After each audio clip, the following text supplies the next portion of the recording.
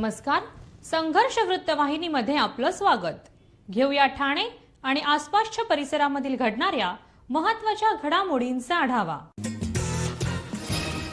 पंतप्रधान नरेंद्र मोदी यांनी केलेल्या काटकसरीच्या आवाहनानंतर उपमुख्यमंत्री एकनाथ शिंदे यांनी बुधवारपासून इलेक्ट्रिक वाहनाने प्रवास करण्यास सुरुवात केली आहे। तसेच ताफ्यातील सुरक्षेसाठी आवश्यक असलेल्या वाहनांव्यतिरिक्त इतर इंधनांवरती धावणाऱ्या ताफ्यातील वाहनांमध्येही कपात करणार असल्याचं त्यांनी सांगितलंय।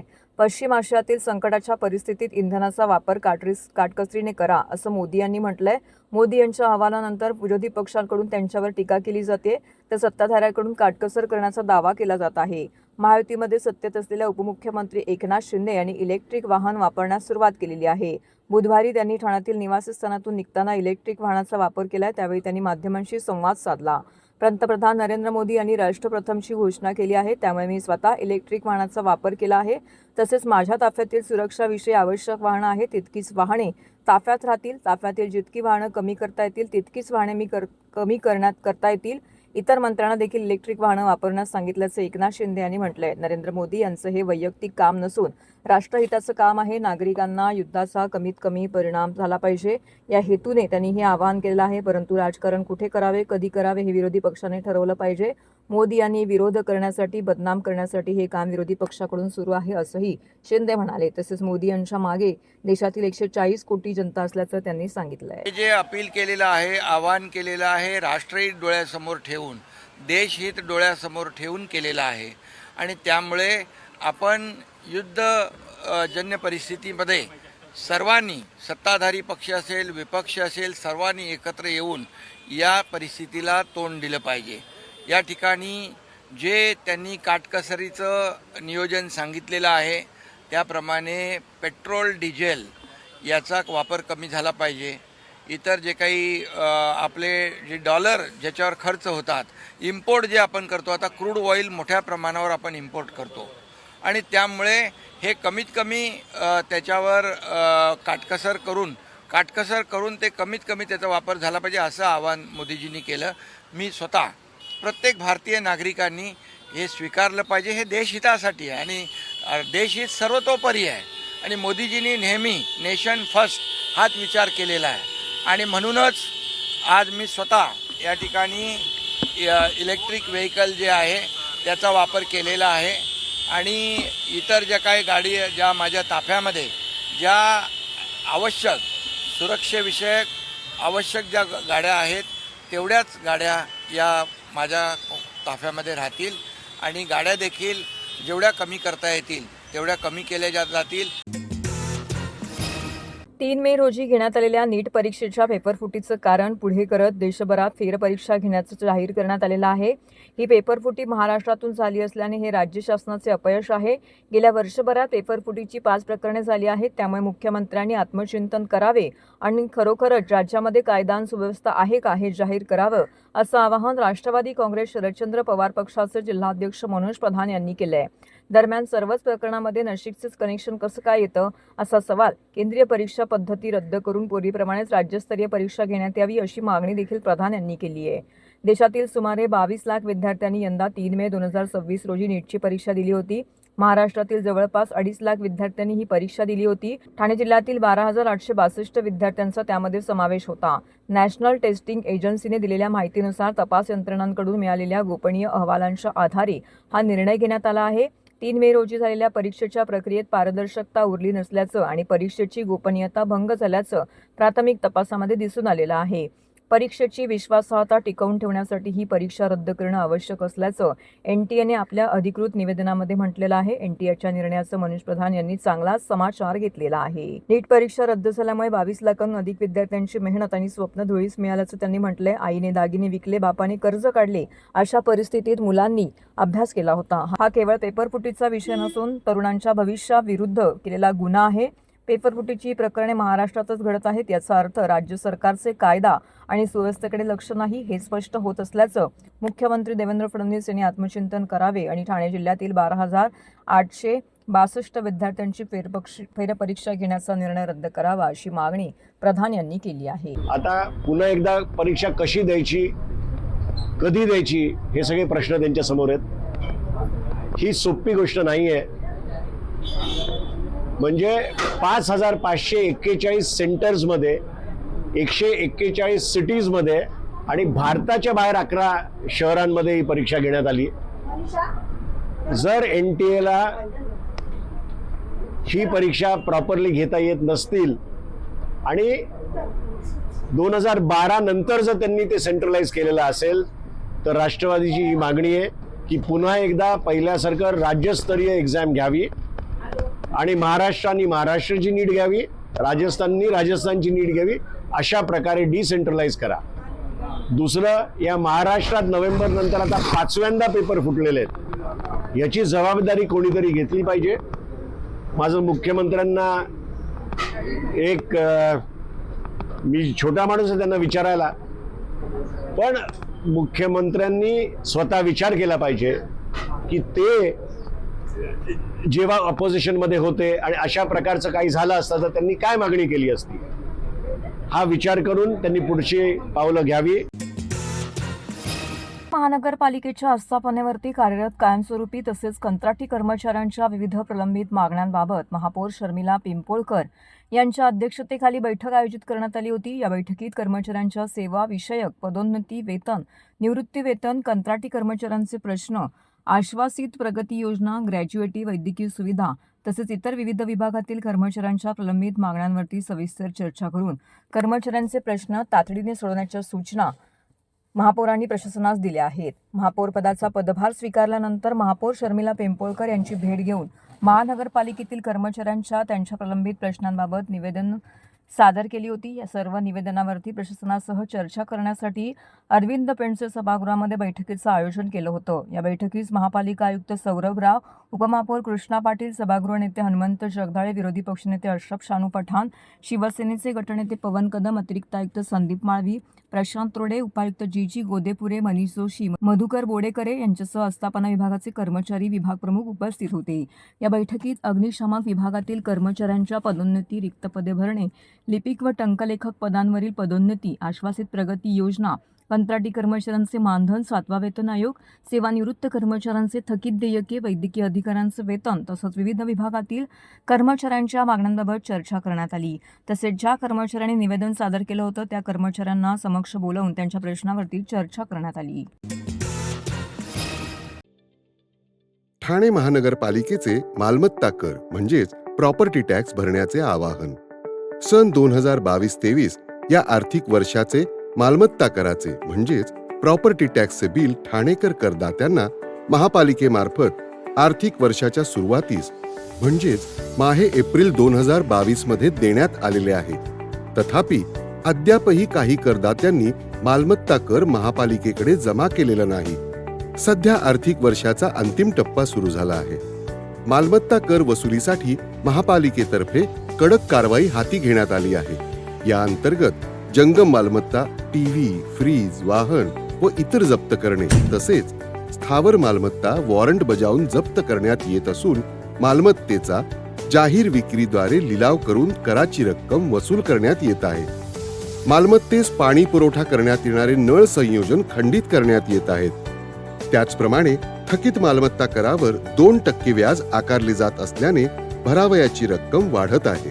आपला मालमत्ता कर propertytax.thanecity.gov.in या लिंकद्वारे तसंच गुगल पे, फोन पे, पेटीएम याद्वारे ऑनलाईन पद्धतीने करण्याची सुविधा उपलब्ध करून दिली आहे. शनिवार, रविवार व सार्वजनिक सुट्टीच्या दिवशी नागरिकांना मालमत्ता कर भरणे सोयीचे व्हावे याकरता महापालिकेचे मालमत्ता कर संलग्न कार्यालय या दिवशी कार्यान्वित ठेवण्यात आलेले आहे. तरी मालमत्ता कर वसुलीची अप्रिय कारवाई टाळण्याच्या दृष्टिकोनातून मालमत्ता कर भरून महापालिकेस सहकार्य करावे. धन्यवाद. ओवळा माजिवडा विधानसभा मतदारसंघातील पोखरण रोड नंबर 2 येथील सिंधुताई सकपाळ तिरंदाजी केंद्रामध्ये खेळाडूंसाठी अत्याधुनिक पेडल कोर्ट उभारणीच्या कामाचं भूमिपूजन परिवहन मंत्री तथा स्थानिक आमदार प्रताप सरनाईक यांच्या हस्ते संपन्न झाले. या पॅडल कोर्ट प्रकल्पाची संकल्पना युवा सेना कार्याध्यक्ष पूर्वेश सरनाईक यांची असून युवकांना आंतरराष्ट्रीय दर्जाच्या क्रीडा सुविधा उपलब्ध करून देण्याच्या दृष्टीने हा महत्त्वपूर्ण उपक्रम राबवण्यात येत आहे. या प्रसंगी ठाणे शहराच्या महापौर शर्मिला पिंपळकर, स्थानिक नगरसेविका परीक्षा सरनाईक, जयश्री डेव्हिड, सुलेखा चव्हाण, नगरसेवक सीताराम राणे, उपायुक्त मिलन पालांडे यांच्यासह नागरिक, क्रीडाप्रेमी, युवा खेळाडू आणि ठाणे महानगरपालिकेचे अधिकारी उपस्थित होते. आधुनिक क्रीडा संस्कृतीला चालना देणे आणि युवकांना दर्जेदार सुविधा उपलब्ध करून देणे हा या उपक्रमामागील मुख्य उद्देश असल्याचं प्रताप सरनाईक यांनी सांगितले. यावेळी बोलताना मंत्री सरनाईक म्हणाले की पॅडल हा जगभरात झपाट्याने लोकप्रिय होत असलेला खेळ असून तो टेनिस आणि स्क्वॅश संगम मानला जातो. हा खेळ सर्व वयोगटातील उपयुक्त आणि मनोरंजक आहे. ठाण्यातील खेळाडूंना आंतरराष्ट्रीय दर्जाच्या सुविधा मिळाव्यात तसेच भविष्यात राष्ट्रीय स्तरावरील खेळाडू तयार व्हावेत यासाठी हे पॅडल कोर्ट महत्त्वाची भूमिका बजावेल. आज या ठिकाणी 2 पॅडल कोर्टचं भूमिपूजन झालेलं आहे. महापौर आमच्या ताई पिंपळकर, त्याचबरोबर परीक्षा सरनाईक, आमच्या डेव्हिडताई, आमच्या चव्हाणताई, परीक्षा सरनाईक आणि प्रामुख्यानं या भागातील नवनिर्वाचित नगरसेवक सीताराम राणे यांच्या उपस्थितीमध्ये आज हा भूमिपूजनाचा कार्यक्रम पार पडलेला आहे. आणि राज्यातील पहिलं असं म्हणायला हरकत नाही की 2 पॅडल कोर्ट, तेही इंडोर, ह्या आमच्या या परिसरामध्ये आता आज त्याचं भूमिपूजन झालेलं आहे आणि लवकरच त्याचं लोकार्पण सुद्धा करणार आहोत. प्रामुख्यानं MS धोनी यांची एक संघटना आहे आणि त्याचबरोबर मॅकडॉनल्ड सारख्या एका मोठ्या कंपनीची पण एक संघटना आहे आणि त्या संघटनेच्या माध्यमातून त्यांच्या अंडर हे पॅडल कोर्ट चाललं जातील. शहर खूप जोमाने विकासाकडे धाव घेत आहे. महाराष्ट्र राज्याचे लाडके उपमुख्यमंत्री एकनाथजी शिंदे साहेब यांचा सातत्याने जो पाठपुरावा ठाणे शहराच्या विकास कामासाठी चालू असतो त्याच धर्तीवर खरं तर क्रीडाला पण तेवढंच महत्त्व दिलं गेलेलं आहे आणि याच्यावर त्यांच्याच मार्गदर्शनाखाली खरं तर हा भूमिपूजन सोहळा आज इथे संपन्न झाला आहे. तरुण पिढीला एक चांगलं मार्गदर्शन आणि चांगल्या खेळाला नवजीवन देण्यासाठी पॅडल कोर्टचं आज इथे भूमिपूजन झालेलं आहे. त्याचा खरं तर आनंद आहे आणि पहिल्यांदाच अशा प्रकारचं पॅडल कोर्ट इथे उभारण्यात येणार आहे. खूप मोठ्या पद्धतीने ठाणेकर आणि महाराष्ट्रातून लोक मला वाटतं याला चांगली पसंती देतील. मान्सूनच्या पार्श्वभूमीवरती ठाणे शहरात विविध प्राधिकरणामार्फत सुरू असलेली सर्व कामे ही येत्या 31 मे पर्यंत पूर्ण करावीत. 30 मे नंतर कोणतंही काम घोडबंद रोडवरती सुरू राहणार नाही यासाठी महापालिकेच्या संबंधित अधिकाऱ्यांनी लक्ष ठेवून सर्व कामे लवकरात लवकर पूर्ण होतील या दृष्टीने संबंधित प्राधिकरणाशी समन्वय साधावा. आपत्ती काळात जलद गतीने नागरिकांना प्रतिसाद देण्याबाबतच्या सूचना देत असतानाच लोकप्रतिनिधींशी संपर्क ठेवण्याचे निर्देशही झालेल्या बैठकीत मान्सूनपूर्ण आढावा बैठकीमध्ये महापालिका आयुक्त सौरभ राव यांनी सर्व प्राधिकरणांना दिले आहेत. नागरी संशोधन केंद्र येथे झालेल्या बैठकीस अतिरिक्त आयुक्त 1 संदीप माळवी, अतिरिक्त आयुक्त 2 प्रशांत रोळे, नगर अभियंता प्रशांत सोनाग्रा, पोलीस उपायुक्त पंकज शिरसाट यांच्यासह महापालिका, सार्वजनिक बांधकाम विभाग, MMRDAचे अधिकारी, मेट्रो प्राधिकरण, महानगर गॅस, रेल्वे इत्यादी विभागांचे सर्व वरिष्ठ अधिकारी उपस्थित होते. मान्सून कालावधीत नागरिकांना तात्काळ मदत मिळावी यासाठी नियंत्रण कक्ष, रेल्वे, कोस्ट गार्ड, पोलीस आणि महानगरपालिकेतील सर्व विभागांनी परस्पर समन्वय ठेवणे, पावसाळ्यात कोणताही आपत्ती उद्भवल्यास एकमेकांवरती आरोप करू नये, या सर्व यंत्रणांनी अलर्ट मोडवरती राहावे. भरतीच्या वेळांवरती लक्ष ठेवून ज्या दिवशी जास्त उंचीची लाटा असतील त्या दिवशी आवश्यक त्या उपाययोजनांसह यंत्रणांनी सज्ज राहावे. तसेच सर्व विभागांचे आपत्ती व्यवस्थापन कक्ष 24/7 कार्यान्वित ठेवण्याच्या सूचना आयुक्तांनी दिल्या आहेत. शहरातील वाढते नागरिकीकरण व त्यातून निर्माण झालेल्या पाणी टंचाईवरती प्रभावी उपाययोजना म्हणून नळपाडा, कापूरवाडी आणि माझीवाडा परिसरातील जुन्या विहिरींचे पुनरुज्जीवन करण्यात आलं असून त्यावर RO प्लांट उभारून नागरिकांना शुद्ध पाणी उपलब्ध करून देण्याचा महत्त्वाकांक्षी उपक्रम राबवण्यात येत आहे. या उपक्रमाचे लोकार्पण परिवहन मंत्री प्रताप सरनाईक यांच्या हस्ते करण्यात आलं. या कार्यक्रमाला माजी महापौर HS पाटील, नगरसेवक संजय भोईर, मुकेश मुकाशी, नगरसेविका उषा भोईर, सपना भोईर, स्नेहा आमरे, आशा देवी सिंह, शिवसेना विधानसभा सचिव संदीप डोंगरे, उपशहर प्रमुख सॅट्रिक आयझॅक, विभाग प्रमुख भगवान देवकाते, शाखा प्रमुख शैलेंद्र नाईक, उमेश गुरव, सामाजिक कार्यकर्ते रमेश आमरे यांच्यासह असंख्य पदाधिकारी आणि कार्यकर्ते, नागरिक येथे मोठ्या संख्येने उपस्थित होते. ठाणे शहरातील अनेक विहिरी कालांतराने बुजवण्यात आल्या किंवा कचरा व सांडपाण्यामुळे दूषित झाल्या. परिणामी नैसर्गिक जलस्रोत नष्ट होण्याच्या मार्गावर होते. ही बाब लक्षात घेऊन तत्कालीन मुख्यमंत्री एकनाथ शिंदे यांच्या कार्यकाळात ठाणे व मीरा भाईंदर शहरातील 46 विहिरींच्या पुनरुज्जीवनासाठी सुमारे 50 कोटी रुपयांचा निधी उपलब्ध करून देण्यात आला आहे. या निधीतून महापालिकेच्या पाणीपुरवठा विभागामार्फत विहिरींची वैज्ञानिक पद्धतीने साफसफाई, गाळ काढणे, संरक्षण उपाययोजना करून पुन्हा जिवंत करण्याचं काम सुरू आहे. तसेच या विहिरीवरती आरो प्लांट बसवण्याचं काम प्रगतीपथावरती आहे. सध्या वाढत्या उन्हामुळे महानगरपालिकेकडून होणारा पाणीपुरवठा अपुरा पडत असताना किंवा तांत्रिक कारणांमुळे तो खंडित झाल्यास नागरिकांना मोठा त्रास सहन करावा लागतो. अशा परिस्थितीत पुनर्जीवित विहिरी आणि त्यावरती बसवण्यात आलेले आरो प्लांट नागरिकांसाठी मोठा दिलासा ठरणार आहेत. माजिवडा विधानसभा मतदारसंघामध्ये मुख्यमंत्री म्हणून एकनाथ शिंदे साहेब या राज्याचं नेतृत्व करत असताना ठाणे शहरासाठी या विहिरीच्या पुनरुज्जीवनासाठी त्यांनी 50 कोटी रुपयाची तरतूद केली होती आणि माझ्या विधानसभा मतदारसंघामध्ये 56 विहिरी आहेत मोहोळा माजिवड्यामध्ये. त्या विहिरीचं पुनरुज्जीवन करत असताना विहिरी साफ करणे, त्यामध्ये गटाराचं किंवा ड्रेनेजचं काही पाणी जात असेल तर त्याची वाट बंद करणे, विहिरीला ज्या ज्या ठिकाणी नैसर्गिक स्रोत आहे ते नैसर्गिक स्रोत परत चालू करणे आणि स्वच्छता करून नंतर त्यावर आरो प्लांट लावणे. अशा पद्धतीनं जवळजवळ आता एक 30 ते 32 विहिरीचं काम पूर्णावस्थेमध्ये आहे. प्रत्येक आठवड्याला 3 विहिरीचं लोकार्पण करण्याचा माझा मानस आहे आणि त्यामध्ये त्या माध्यमातून लोकमान्य नगरच्या 3 विहिरीचं पुनरुज्जीवन करून त्या लोकांपर्यंत आम्ही चालू केलेलं आणि अतिशय चांगल्या प्रकारे वापर त्या उन्हाळ्याच्या दिवसामध्ये त्या विहिरींचा होतोय.